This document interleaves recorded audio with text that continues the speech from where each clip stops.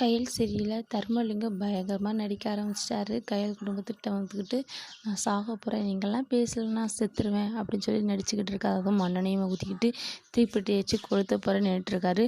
கொளுத்த போகிறேன்னு சொன்னோன்னா மூர்த்தியும் காமாட்சியும் ஐயோ அப்படி பண்ணாதீங்க அப்படின்னு சொல்லி தடுக்கிறாங்க. உடனே நம்ம கையில் என்ன சொல்கிறாங்க, உங்களோட முகத்திரையெல்லாம் கிழிஞ்சிட்டு ஆல்ரெடி, இப்போ நீங்கள் நடித்த பிரயோஜனமே கிடையாது.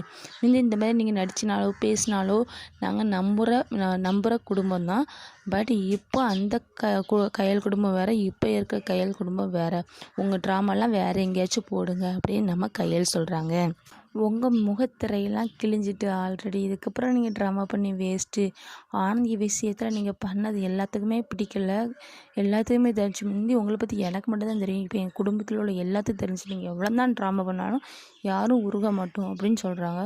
பட் காமாட்சியும் மூர்த்தியும் உருகிட்டாங்கன்னு தான் சொல்லணும்.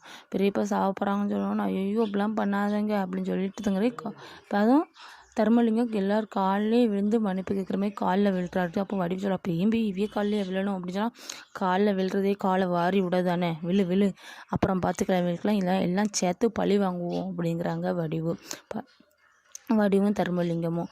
பழி வாங்குறோங்கிற எண்ணத்தில் தான் நம்ம கையல் குடும்பத்தை வீட்டுக்குள்ளே எப்படியும் என்று உள்ளே பேருவார் நுழையிறதுக்கு தான் இந்த இவ்வளோ ட்ராமாவும். கண்டிப்பாக கையல் வீட்டுக்குள்ளே பேருவார். அதுக்கப்புறம் என்ன பிரச்சனை வருமோ தெரியல, பொறுத்திருந்து பார்க்கலாம். யாருக்கெல்லாம் கையல் சீரியல் பிடிக்குமோ அவங்களாம் தயவுசெய்து லைக் அண்ட் கமெண்ட் பண்ணுங்கள்.